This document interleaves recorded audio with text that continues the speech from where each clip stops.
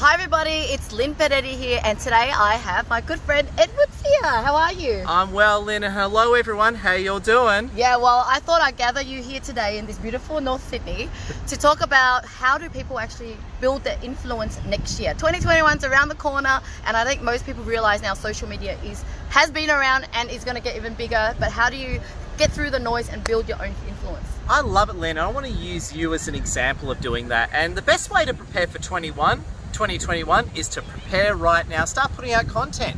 Now I'll use an example, Lynn. Lynn puts out edgy content. She's charming, she's persuasive, she's good looking, but most of all, she shares great ideas to improve the lives of people. So that's the first thing. Share content that helps improve people's lives, which you're incredible at. Okay, so a lot of people when they're starting out, they're like, but I don't know exactly what to talk about. I like fitness, I like food, I like business or whatever. So what would be your tip around like what sort of content? Because I know that you kind of need to be known for something or niche. So can you give some example of how to niche?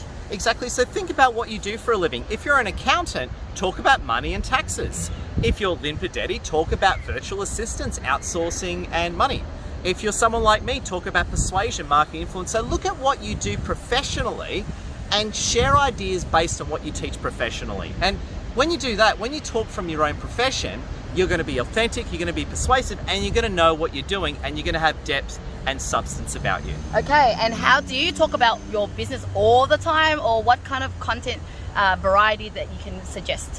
What I tend to do is I actually don't talk about my business that much, but what I do is when I put out a video on, let's say, LinkedIn, Facebook, or YouTube, in the comments, I'll leave links to all my business. So it works out well. So basically the way it works is this: if someone watches your video and likes it, they can just scroll the comments, then they can see the links to your website, your sign up page, whatever you're selling, whatever you're trying to do. Okay, can you give us some example of the non-business content? Like, is it about your family? What is it about that, that actually still adds value, but people still get to know you? Oh, a great one is what we're going to do after this. We're with the awesome Lynn and wonderful Jen who's filming.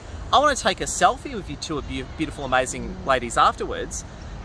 Not for me, but to actually say I'm with the amazing Jen and Lynn and they're incredible people, follow them. So I love making my content about other people, okay? So at the end of the day, no one likes narcissists. No one likes saying, well, I'm Ed and I'm so awesome, look at me. But people are like, hey, I'm with Lynn and Jen, aren't they amazing people? You should follow them. So the more you make your content about other people, the better. You're an actor in it, so you're still in the content, but your focus is not on you, it's on everyone else and the audience. That's really interesting. So you've mentioned, I guess, the photo where people can tag. What are the different format of content can you do? Like, this is a video right now, right? So can you share anything about the different types of content? Oh, heaps. So I'll use more LinkedIn to keep the conversation tight, but obviously video. You can do photos. You can also share links. So you might share links to live webinars or events that you're running or Zooms. You can also do, a lot of people don't know this actually, what works well on Facebook and LinkedIn is actual text only. So in fact, some of the most popular posts are actually text only, but I'm sharing a great idea or I'm saying something a little bit controversial. Okay, so can you hone in a bit with the text, especially since text is so easy to do? Yes. What would be the tips around text? Because obviously it has to have a length limitation, or Yeah. Well, what I've done really, I've been very successful on this on both Facebook and LinkedIn. And also Twitter for that matter, but I'll stay out of Twitter, that's full of crazies, you know. But what it is that with text only is basically, if you're saying something dumb or boring, no one will watch it or read it. But if you say something a little bit controversial, you'll get some attention. Okay. So if I say something like, you know what, you're awesome, don't forget that, people actually love that sort of thing. If I give, let's say, I actually had a post go semi-viral on me on Facebook actually.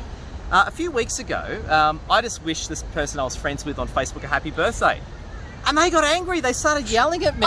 Wow. Yeah, no kidding, right? And I was like, I'm a guy, so even I was shocked, right? But this crazy person just started berating me saying, are we friends? How do you know me? What's going on? And I just removed him as a connection. I actually wrote a post telling that story about some fruitcake abusing me for wishing me a happy birthday. But it wasn't just me, attacking this person. I also said, imagine what kind of life you've led to find hostility in someone wishing you a happy birthday. So I actually, even though I was making fun of the idiot, I actually brought it back to, wow, what actually happened in this person's life for them to think that way? Yeah. And that went viral because I was telling a real story about something that impacted me. So you raised a really good point around storytelling. Can you share a little bit more about that?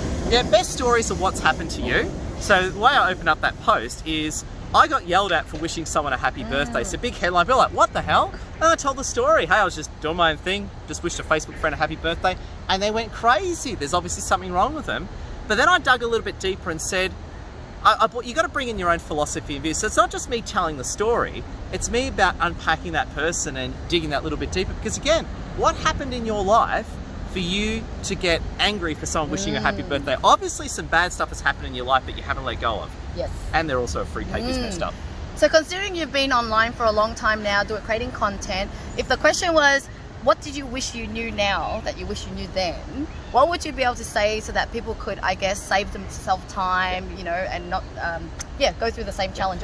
Just start posting heaps, post every day, post lots of stuff. And don't worry too much about the quality yet, even just consistency. Just throw it out there. I know this isn't the quality answer. A lot of you people will be going, Ed, that's low quality, and damn you, Ed, and damn those damn kids. But it's okay. It's okay. Just relax, okay?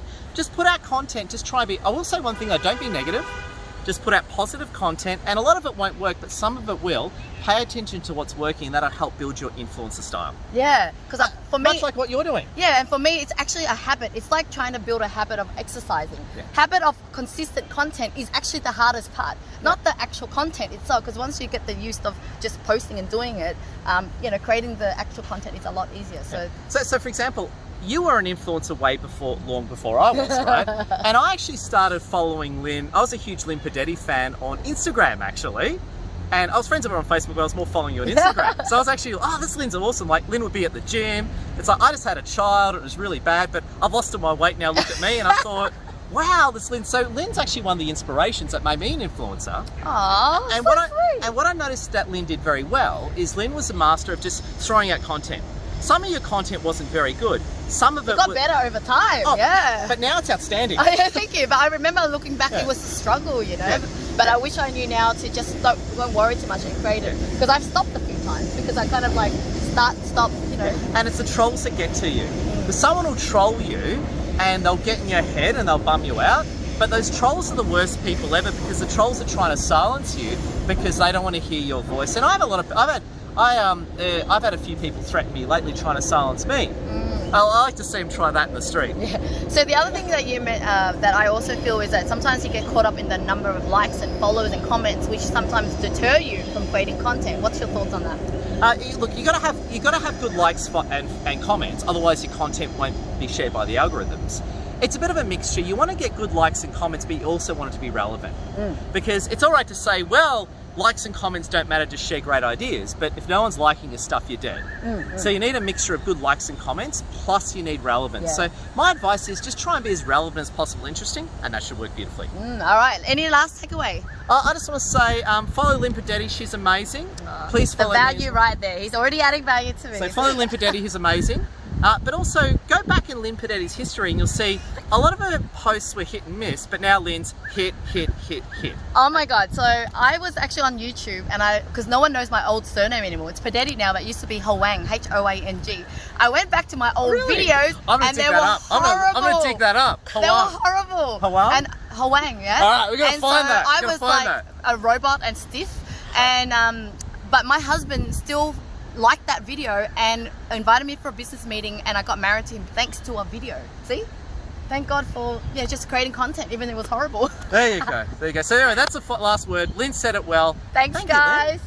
Awesome.